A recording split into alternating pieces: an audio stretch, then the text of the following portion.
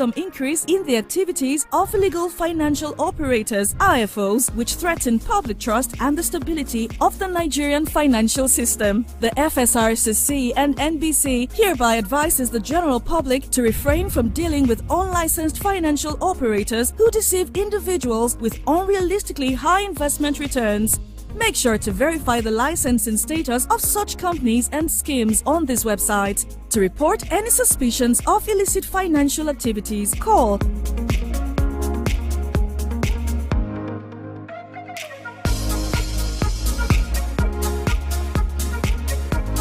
Let's work together to uphold the integrity of Nigeria's financial system.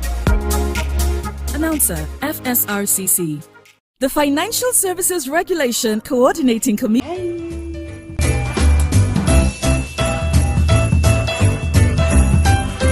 What if I told you there's a cab service you can book right now in Jalingo? Sounds like a dream, right? No, it's reality. Let Supercab get you transported to anywhere you want to go in Jalingo, and let them also run your errands for you while you sit at the comfort of your home. And guess what? It is affordable, reliable and fast. They run a 24-hour service. You can click the link attached to this video to download the app, or you can also download the app on Play Store. I'm so excited for this, and I know you are too. Use Supercab today and be happy. Bye. Wish for meaningless fuel siphoning. Be advised.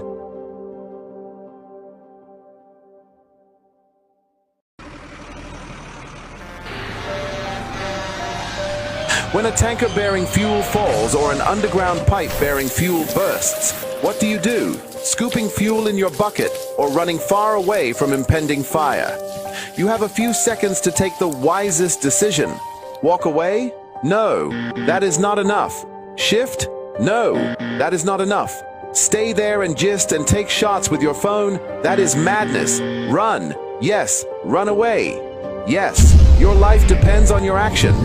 The flames come suddenly, unexpected but uncontrollable. Why? Fuel is highly inflammable. Why? It just requires a spark to set off a ravaging inferno. So, don't stay there to think. Storm away to live. Do not throw away your life in anguish for meaningless fuel siphoning. Be advised. Do you need loan to grow your business? At Taraba Business Development Center, we offer both business and personal loan with flexible repayment plan. We are located in different parts of Taraba State. Jalingo branch, opposite Civil Service Commission, 183 Amarua Way, 090-3134-4333. Zing branch, Zenith Bank agent beside College of Education, Zing, 070-3125-2559. Are you a businessman or woman? Do you need loan to grow your business? At Taraba Business Development Center, we offer both business and personal loan with flexible repayment plan. We are located in different parts of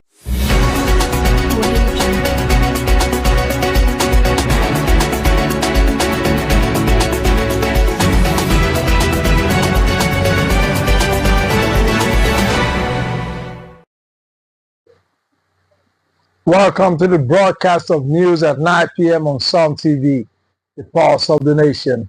I am Abraham Minor Judah. Here are the major headlines. Taraba State takes over UNICEF Gavi Health Initiative for maternal and child health. Afraid Abiola's assassination could lead to civil war, IDB says.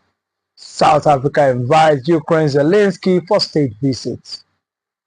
Nigeria Super Eagles legend Nwankwo Kanu has moved swiftly to strengthen Enyimba in a bid to rescue the club from a poor season.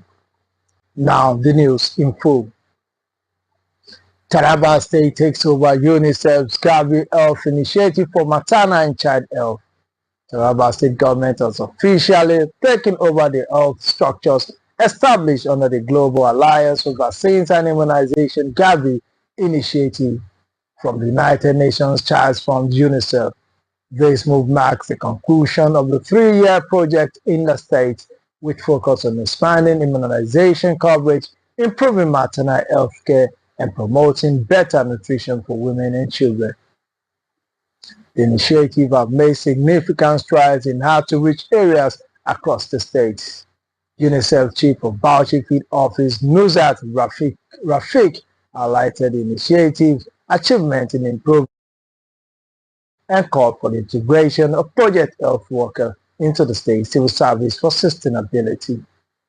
Taraba State Governor Dr. Agbu Kefas, represented by the head of service Ahmed Kara, received the health facilities on behalf of the state. He reaffirmed the government's commitment to building on the success of the Gavi projects. Local government council chairmen and traditional rulers were also urged to promote maternal child health services at the grassroots, ensuring the initiative impact reaches every corner of the state.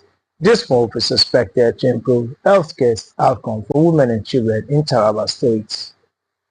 Nation Children's Fund UNICEF has officially handed over health structure established under the Global Alliance for Vaccines and Immunization initiative to the Taraba State government, making the conclusion of the 3-year project in the state. The initiative, which focuses on expanding immunization coverage, improving maternal health care, and promoting better nutrition for women and children, has made significant strides in hard-to-reach areas across the state. I want to most sincerely welcome everybody to this event. It is not actually a close-out ceremony. It is a way forward. This event is aimed at the state government and critical stakeholders that are gathered here to sit on the driver's seat so that we can drive the activities of primary healthcare and by extension, every health activities in the state. I'd like to appeal to the state government to integrate the Gavi-funded HRH into the state civil service structure and increase their numbers to address the growing needs of the community. With this, I would like to thank you all once again for coming together to ensure that the money funded by, given by Gavi to fund this project has been used and we have seen the result. I would like at this point to encourage the state, the government, that handing over this to government does not mean completely weaning a child. I will implore on the government to look at this and ensure that all that is required to sustain these gains are provided to the system. Speaking at the handover, UNICEF Chief of Bauchi Field Office Nuzhat Rafiq highlighted the initiative achievements in improving health care access and called for the integration of project health workers into the state civil service for sustainability. She emphasized the need for continuity in the gains recorded under the project. Taraba State Governor Dr. Agbu Kefas, represented by the Head of Service Ahmed Kara, received the health facility on behalf of the state. He reaffirmed the government's commitment to building on the success of the Gavi project. And given the commitment and leadership of the Taraba State government, I look forward that all the gains made under this MOU by this tripartite partnership and a journey together between Taraba State, UNICEF and Gavi, it will continue. This is a way forward. This is not the end of the project. This is the beginning for the state to take it from there to further heights of strengthening primary healthcare system. I would like to request especially that all these progress that has been made, especially the human resource that has been inducted and that has been capacitated, 240 employees, they should be regulated by the state government as soon as possible. It is with immense gratitude and great pleasure that I stand before you today on behalf of His Excellency Dr. Agbu Kefas, the Executive Governor of Taraba State, to express our heartfelt appreciation to Gavi and UNICEF for their tremendous contributions towards strengthening the primary healthcare system in our dear state.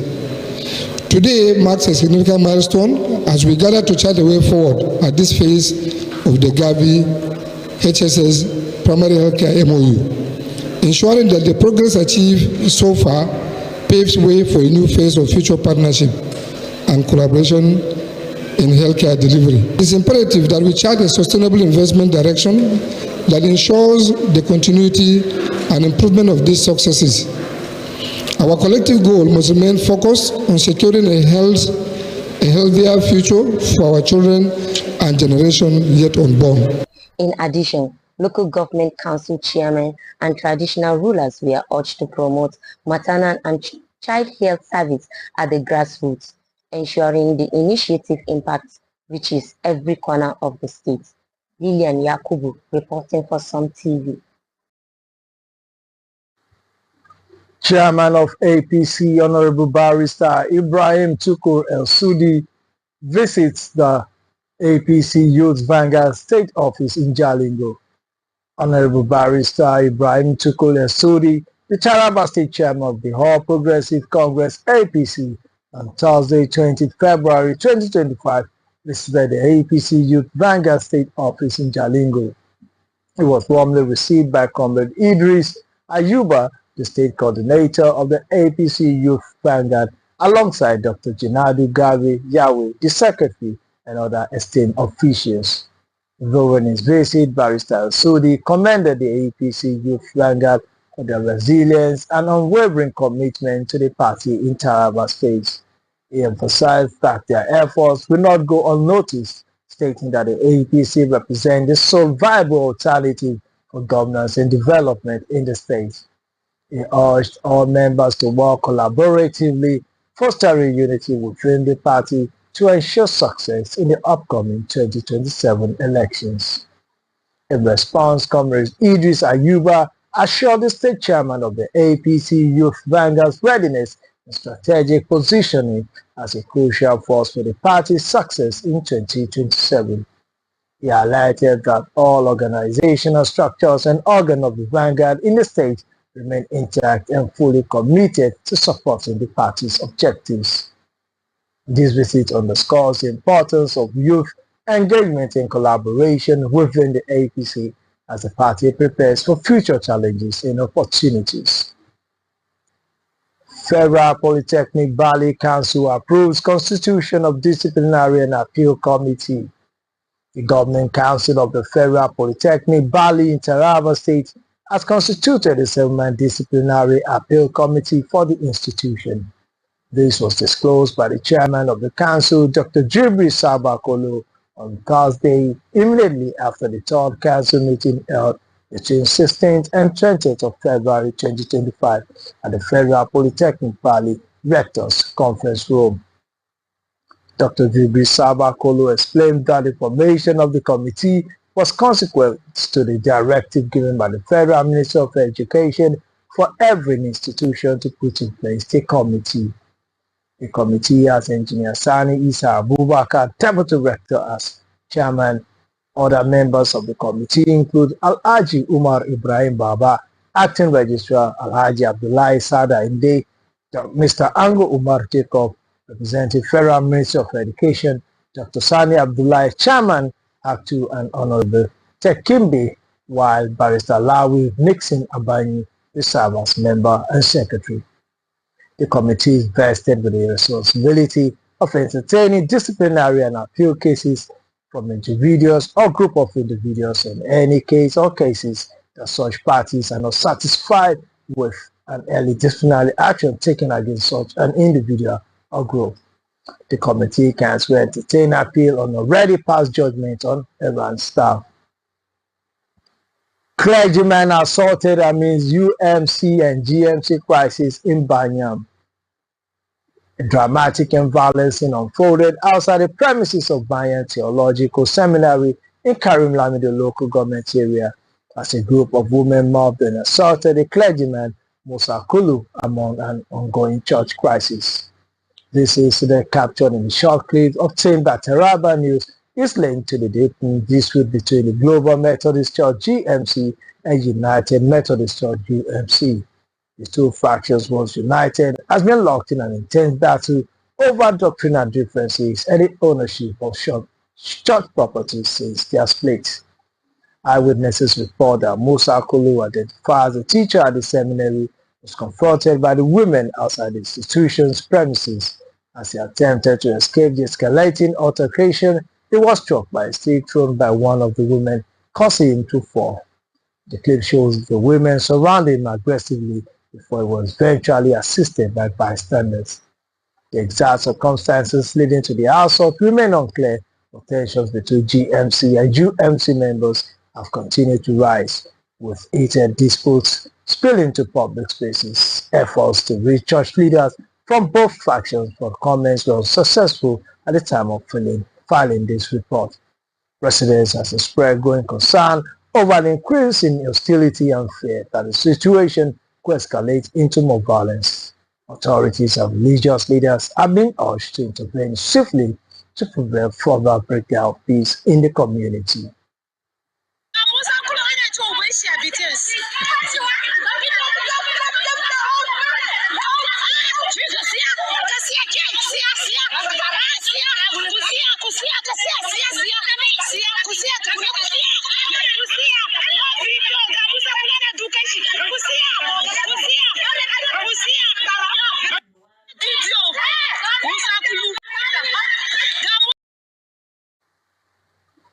Public health physicians paid a courtesy visit to the executive secretary of SEMA in Jalingo.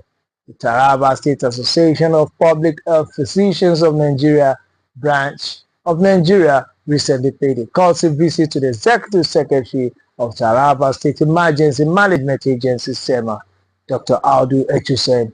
The team led by Chairman Dr. Garba Danjuma congratulated Dr. Echusen on her appointment and acknowledged her role as the association's treasurer. The visit was a success, resulting in a willingness to partner between Taraba State, APHPN branch and SEMA. This collaboration will focus on responding to public health emergency, enhancing the state's response to health crises, and providing better support to affected communities. APHPN is a professional association of physicians and postgraduate training in public health and community medicine, dedicated to promoting public health and preventing diseases. The association has various branches, including Taraba State, and engages in activities like health services, advocacy, and partnerships to achieve its goals. The association appreciates His Excellency Dr. Abu Kefas for Echusen's appointment, which is crucial in enhancing disaster management and emergency response in the state. Taraba State Chief Judge assigns new role to Justice Clara Katabs as family court judge. In a significant development, Taraba State Chief Judge Honorable Justice Joel Philibus Agia has assigned a new role to Justice Clara Katabs as a family court judge. This appointment announced on February 16, 2025, during an advocacy visit by the First Lady, Mrs. Agin Kefas, to the state judiciary is part of the recent judicial appointments and recommendations made by the Chief Judge. As a family court judge, Justice Katabs will oversee family-related matters, including divorce, child custody, adoption, and maintenance. This move is expected to strengthen the judiciary's family court in Taraba State, which is critical in addressing the rising cases of sexual and gender-based violence. The judiciary is expected to play a central role in curbing these menace, ensuring that the best interests of all parties involved are safeguarded, in line with the Child Rights Act and the Child Rights Law of Taraba State. The court will also expedite the trial of family cases, providing timely justice to families and individuals affected. The appointment of Justice Clara Katabs as a family court judge is a welcome development, and her expertise will undoubtedly contribute to the efficient administration of justice in Taraba State. As the state continues to strengthen its judiciary, the people of Taraba can expect improved access to justice, particularly in family-related matters. I fear Abiola's assassination could lead to civil war, says Ibrahim Badamasi Babangida. The hero worshipping of former military President General Ibrahim Badamasi Babangida was in full display yesterday when President Bola Tinubu, leading former presidents and former military leaders and captains of industry led by Alhaji Aliko Dangote, took turns to his autobiography, A Journey in Service. The event also witnessed the launch of his presidential library. The Transcorp Hotel Abuja venue of the event was turned into a mecca of sorts, with the man himself finally shedding more light on the annulled June 12, 1993 presidential election. Among the dignitaries at the event were former President Olusegun Obasanjo, who was chairman of the occasion, former head of state General Yakubu Gowon and Abdulsalam Abubakar, and former President Goodluck Jonathan. Also in attendance were former Vice President Atiku Abubakar, Nnamdi Sabo, and Yemi Osinbajo. The presidential candidate of Labour Party in 2023 poll and former Governor of Anambra State, Mr. Peter Obi, and the presidential candidate of the New Nigerian People's Party, NNPP, and former Governor of Kano State, Rabiu Kwankwaso. The keynote speaker was Nana Akufo-Addo, former president of Ghana, and his counterpart, the former president of Sierra Leone, Ernest Koroma, also graced the occasion. Governor Secretary to the government of the Federation, Senator George Akume, industrialists, technocrats, and traditional rulers were equally in attendance. General Babangida, meanwhile, said he annulled the June 12, 1993 presidential poll because he was afraid the winner, the Chief MK Abiola, could be killed and the nation thrown into another avoidable civil war. Revealing that Abiola of the Social Democratic Party, SDP, beat Alhaji Bashir Tofa of the National Republican Convention, NRC, and won the election. General Babangida also took responsibility for the annulment of the election, considered the freest and fairest presidential poll in Nigeria's history. However, IBB claimed that the annulment of the election was orchestrated by forces in his administration led by late General Sani Abacha, his Chief of Army Staff and later Minister of Defense. He also said that he has taken full responsibility for whatever happened because he was the head of state and commander-in-chief, adding that the military underestimated the consequences of the action. Also, State Governor defies the Attorney General of the Federation insists local government election will hold Saturday. Osun State Governor Ademola Adeleke has insisted that the local government election scheduled for Saturday will proceed as planned, despite an appeal from the Attorney General of the Federation and Minister of Justice Lateef Fagbemi to suspend the polls. Adeleke's spokesperson Olawale Rasheed emphasized that democracy is guided by the rule of law and that no individual has the authority to override the courts. My advice to all parties, including local and national stakeholders, is to abide by democratic norms. As for me and my people, we stand by the rule of law, not illegal self-help, Rasheed says in a statement. The AGF has urged Adeleke to instruct the Osun State Independent Electoral Commission to halt the election, warning that it to be invalid and a violation of the Constitution. Fagbemi referenced a recent Court of Appeal ruling in Akure, which overturned an earlier federal court judgment that nullified the previous local government elections conducted under former Governor Adegboyega Oyetola. However, Adeleke remained resolute that the election must proceed on Saturday, dismissing the AGF position and demanding further clarification on the court's ruling concerning the legality of the sacked local government chairperson and councillors. The Osun State Independent Electoral Commission has announced that the local government elections will be held on February 22, 2025, with the Commission's chairman, Asim Abioye, stating that the need for the brief was under the provision of the Nigeria 1999 Constitution as amended and Electoral Act 2022. Senate spokesperson condemns Natasha Akpoti-Uduaghan's outburst. The Senate spokesperson Yemi Adaramodu has criticized Kogi Central Senator Natasha Akpoti-Uduaghan for her outspoken reaction to a seating arrangement dispute in the chamber. The dispute began when Akpoti-Uduaghan's seat was reassigned due to opposition members switching to the majority wing. Frontier to refuse the new seat and accuse the leadership of attempting to silence her. Adaramodu emphasized that the Senate is a place of serious business, not entertainment, stating the National Assembly is not for content creation and entertainment. He also noted that Mutiu Dragan has already been appointed chairperson of 3 committees, including Foreign Affairs and NGOs, contradicting her claim of being sidelines. Furthermore, Adaramodu mentioned that Mutiu Uduaghan's Kogi colleague, Senator Issa Jibril, has apologized on her behalf, and the Senate has accepted the apology. This incident highlights the ongoing tension within the Senate and raises questions about the dynamics between its members. Cattle herders allegedly set 27 million naira cassava farm ablaze in Ogun. The Ogun State Police Command has launched an investigation into an arson incident involving suspected cattle herders who allegedly set fire to a 35-acre cassava farm in Adao village near Alabata, Abeokuta, the state capital. The farm owner, Mr. Ogunbayo Adewale, reported the incident to the police, stating that he discovered the farmland had been set ablaze with some herds of cattle seen grazing on the farm and several cassava plants uprooted.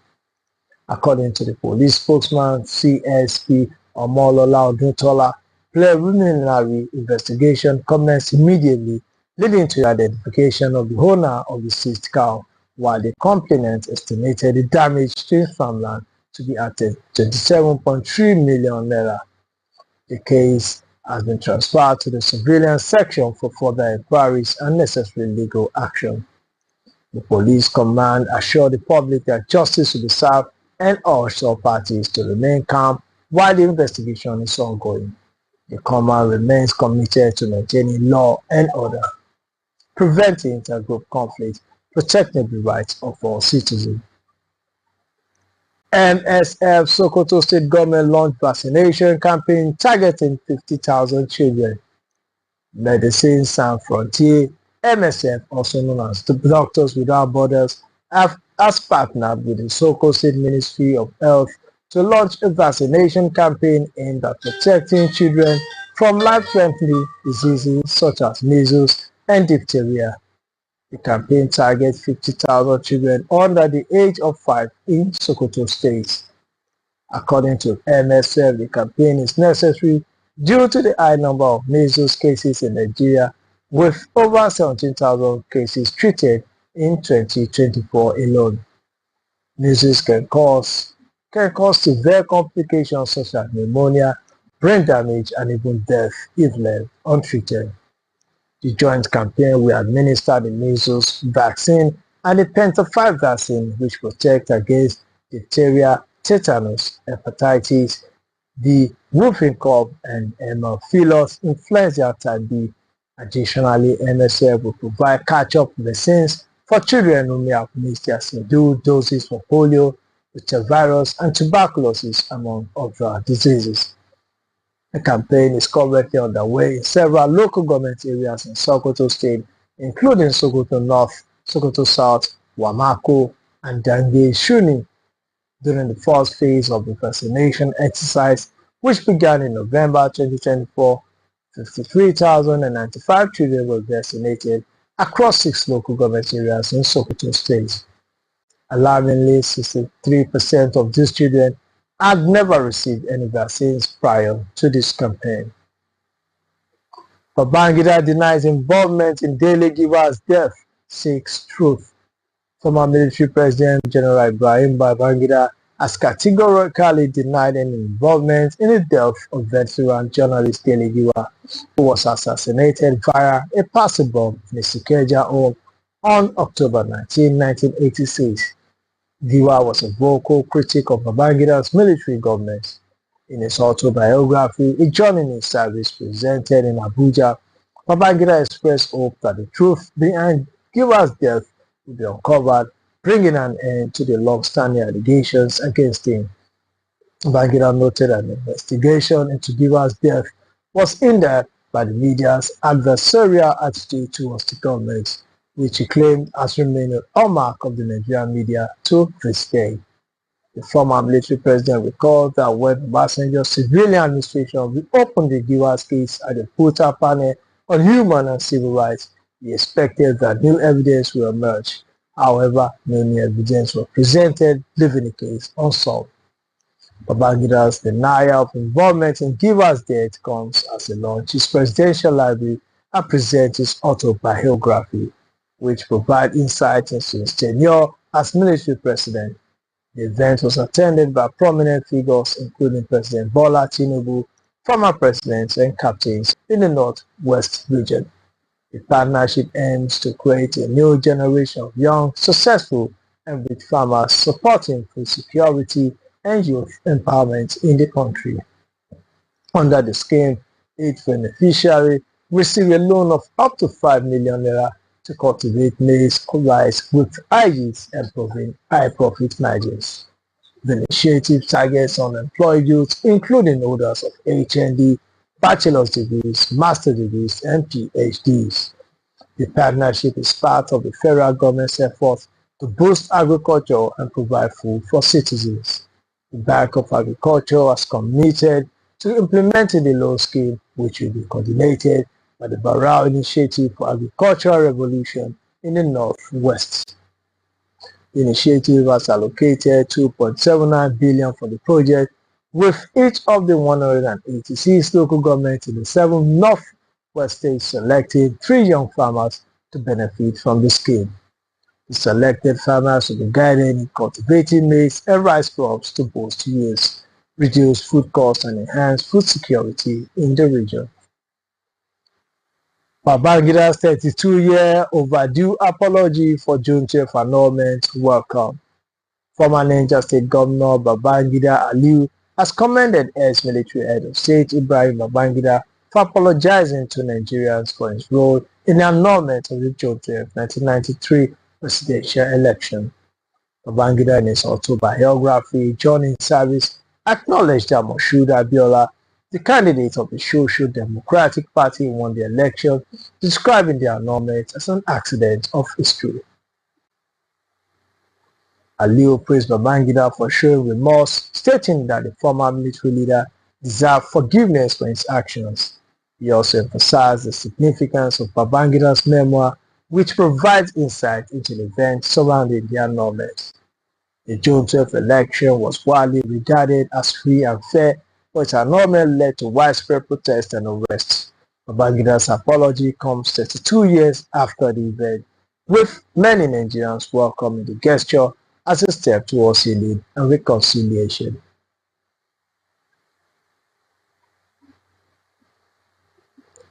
Federal University Gusau matriculates 2,229 students amidst security challenges. Despite the prevailing security challenges in Zamfara State, the Federal University Gusau has matriculated 2,229 students, urging them to remain vigilant and security conscious in their daily activities. The university, which has faced banditry attacks and kidnapping in the past, admitted the students out of 5,066 applicants with science-related courses having the highest enrollment of 1,030 students. Vice Chancellor Professor Muazu Abubakar reassured the students of their safety, stating that their security and privacy will be guaranteed. However, he warned that the university will not tolerate any form of misconduct, emphasizing that infractions such as examination malpractice, courtesan, and drug abuse will be met with strict penalties. The VC reminded the students that upholding both academic and moral standards is crucial, stating that degrees are conferred only on graduates who are found worthy in both character and learning. Delta launches whistleblowing policy to monitor project delivery. The Delta State government has launched a whistleblowing policy aimed at enabling citizens to report cases of poor quality and substandard project delivery in the state. The policy was announced by the Commissioner for Works, Rural Roads and Public Information, Mr. Charles Aniagu, during a press conference in Asaba, the state capital. According to Aniago, the whistleblowing policy is designed to encourage citizens to participate in governance and ensures that projects are executed to the highest standard. It revealed that citizens can report suspicious activities or substandard projects by sending text messages, WhatsApp messages, or emails with pictures and videos to a dedicated phone number 091-699-78305. The Commission emphasized that the policy is part of the state government's effort to promote transparency and accountability in project delivery. He assured that all reports received will be thoroughly investigated and appropriate action taken to address any wrongdoing. The launch of the whistleblowing project is seen as a significant step towards ensuring that projects in Delta State are executed efficiently and effectively, and that citizens are empowered to hold their leaders accountable. Yobe State government signs 22.3 billion naira contract for Damaturu flyover project. The Yobe State government has taken a significant step towards improving the state's infrastructure by signing a 22.3 billion naira contract for the construction of a flyover bridge and underpass the Damaturu main roundabout. The contract was signed by Commissioner for Works, Engineer Umar Dudai, on behalf of the state government, and Engineer Habib Georgiou, representing Messrs. Trice Qatar Nigeria Limited, the project contractor. According to Engineer Dudai, the project is expected to be completed within 12 months and will cost 22.3 billion naira.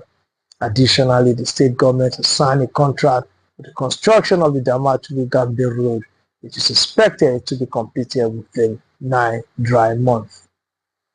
The project is part of Governor Mai Mala Buni's effort to prioritize infrastructure development, including roads, bridges, drainages, and other civil engineering works.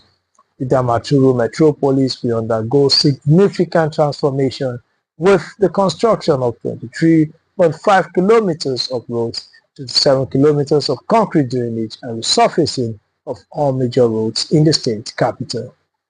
The project is set to commence in the second quarter of 2025, and the area manager of Tractor Nigeria Limited has pledged to deliver quality work based on the contractual agreements. NAFDAC uncovers counterfeit drugs, expired condoms in Lagos markets. The Nigeria Agency for Food and Drug Administration and Control, NAFDAC, has made shocking discoveries at the Dumota open drug market in Lagos. The agency found unregistered narcotics, counterfeits, GlaxoSmithKline medicines, and vaccines stored improperly, including some in toilets. According to a statement released on X, NAFDAC officials seized expired USA-donated condoms that have been repackaged and sold under the name Kiss Condom. The agency also confiscated banned drugs such as Analgin and vaccines meant for cold chain storage that were improperly stored. NAFDAC has emphasized the grave health risk posed by these illicit products and has vowed to continue its crackdown on counterfeit and substandard medicines. The enforcement operation is ongoing, with officials working to dismantle illegal drug networks and ensure compliance with safety regulations. Delta State Police bust kidnappers handout, recover arms and military uniform. The Delta State Police Command has successfully busted the kidnappers handout in the state, recovering a cache of arms and military uniforms. The operation carried out by the operatives of the CP Special Assignment Team was the result of an intelligence-led investigation that followed the arrest of some suspected kidnappers on January 30, 2025. According to the police, the hideout was located at Evo Keren layout off Uweli Road at Baho in Uweli North local government area. During the raid, a fabricated semi-automatic Beretta pistol with 5 rounds of live ammunition, 4 locally made cut-to-size guns, 13 rounds of live cartridges, and a pair of military uniforms concealed in a black polythene bag was recovered. The police also arrested 3 suspects, namely Buhari Bala, 28, Abibu Saleh, 25, Abdulwahab Musa 20, and Tasu Bala 20, who were found in possession of 3 locally made long guns and charms. The suspect claimed they were on their way to a hunting expedition in a bush close to Benin. The State Commissioner of Police, CP Olufemi Abaniwanda, has declared that the command will not relent in the fight against crime and criminality and urged members of the public to continue providing useful information to the police command. We now go for a short commercial break, and when we come back, news at 9 p.m. continues.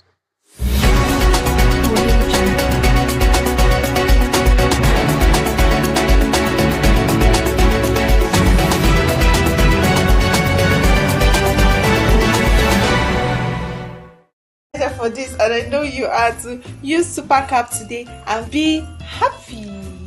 Bye. Western powers have accused Rwanda of supporting the M23 with arms and as well as backing from the Rwanda Defense Force RDF, accusations Rwanda denies. The Treasury Department on Thursday said Kabarebe was sanctioned because he is central to Rwanda's support for the M23 armed group. He said Kabarebe, together with Kanyuka, were linked to violence and human rights abuses in Democratic Republic of Congo. South Africa invites Ukraine Zelensky for state visits. South Africa is set to host Ukraine's President Volodymyr Zelensky on a state visit, President Cyril Ramaphosa confirmed on X without giving a specific date.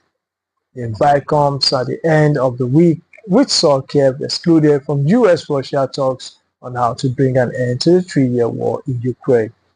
In a phone conversation, Ramaphosa and Zelensky agreed on the urgent need for an inclusive peace process, according to a statement from the South African president. The statement Zelensky echoed by saying nothing about Ukraine without Ukraine.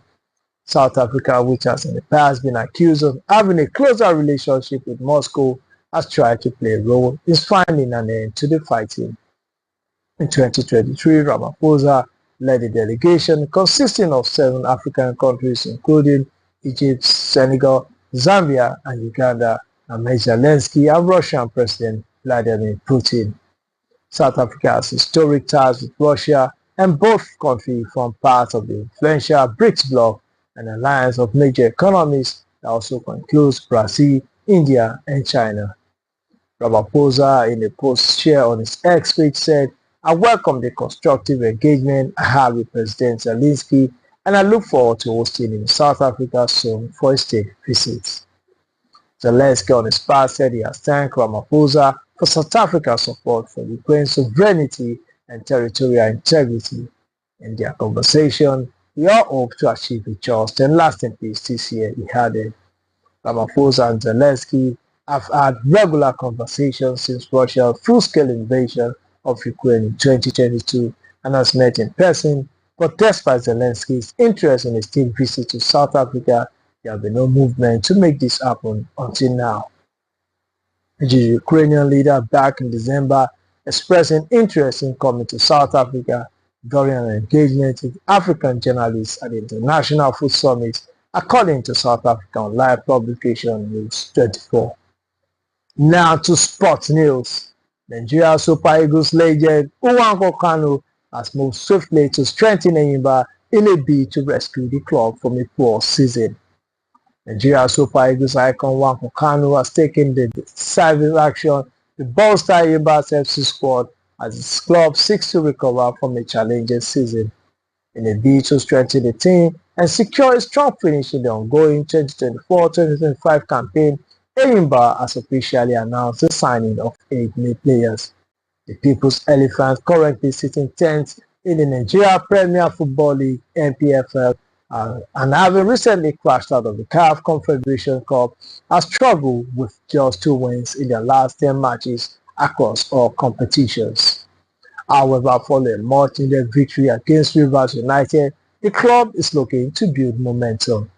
The new signings include experienced Super Eagles star Junior Lokosa, who previously played for relegated side Sporting Lagos, and centre-back Afolayan Peters from Atlant FC. Additionally, attacking midfielder Oluwa Olufemi joined some Sunshine Stars, while defensive midfielder Gozie Ume also makes the switch from Sunshine Stars. Midfielder Kadri Olusukanmi is another addition from Atman FC alongside left back Solomon Onome, who brings his expertise for the defense line. Furthermore, Nelson Michael, formerly of Shashimene Kaneme in Ethiopia, and defender Ebube Michael have also signed with the club. Kano expressed optimism about this new addition, stating that their wealth of experience will be crucial as Enyimba aims to make a significant impact in the domestic league. The club official website confirmed that this signing are part of a broader strategy to reinforce the squad and challenge for honours as they push through the remainder of the season. Kano's leadership and vision for Enyimba are evident as he aims to reverse the club's fortunes after a difficult start. The recent signings are expected to inject fresh energy into the squad and provide much needed depth as they work towards climbing up the league table. With these two reinforcements, Enyimba FC is poised to make a strong comeback in the NPFL, and fans are hopeful that Kano's Papilo revelation will lead them back to glory. That's all for now. Some TV, the 24-hour TV station. We are live every day. You can also follow us on Facebook at Some TV and on YouTube at Some TV Live. I am Abraham Manajuda. Goodbye.